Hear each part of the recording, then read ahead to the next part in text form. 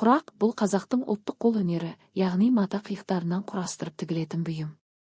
Құрақтың түрлері мен өрнектері әр түрлі болады, және олардың әрқайсысы ерекше мағына мен мәнге ие. Құрақ негізінен көрпе, жастық, төсеніш сияқты тұрмыстық бұйымдарды жасау үшін қолданылады. Құрақты құрастыру кезінде түстер мен өрнектердің үйлесімі үлкен мәнге ие, себебі әрбір ою-өрнек пен түстің өзіне тән символдық мағынасы бар. Бұл өнер түрі қазақ халқының бай мәдениеті мен шеберлігінің көрінісі болып табылады. Қол өнер, құрақ құрау, ою-өрнек, атты баптап, айып-тұрман, қамшы өрмек.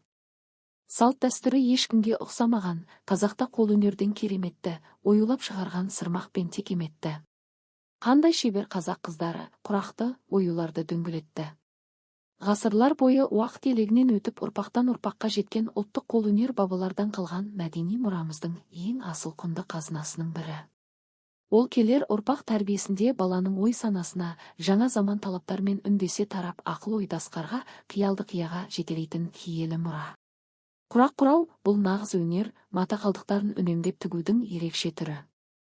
Бұл құрақ өнері бүкіл елге белгілі өнердің бірі болып табылады. Қыздың жасауына басы құралсын, көбейсін деген ниетпен құрақ көрпелер қосады. Құрақ тіл көзден сақтайды, жамандықтан қорғайды деген наным бар. Баласы шетіне берген үй тіл көзден аман болсын деген ырмен 40 құрақ құрап, жас нәрестені соған ораған. Құрақ өнері арқылы халықтың қол өнерін, салт дәстүрін дәріптейміз. Құрақ өнері есте сақтау, жобалау, шамалау, түстер жарасымдылығын жақсы айыра білуге баулиды. Құрақ өнері өте нәзіктікті, әдемілікті, шыдамдылықты, шеберлікті талап етеді.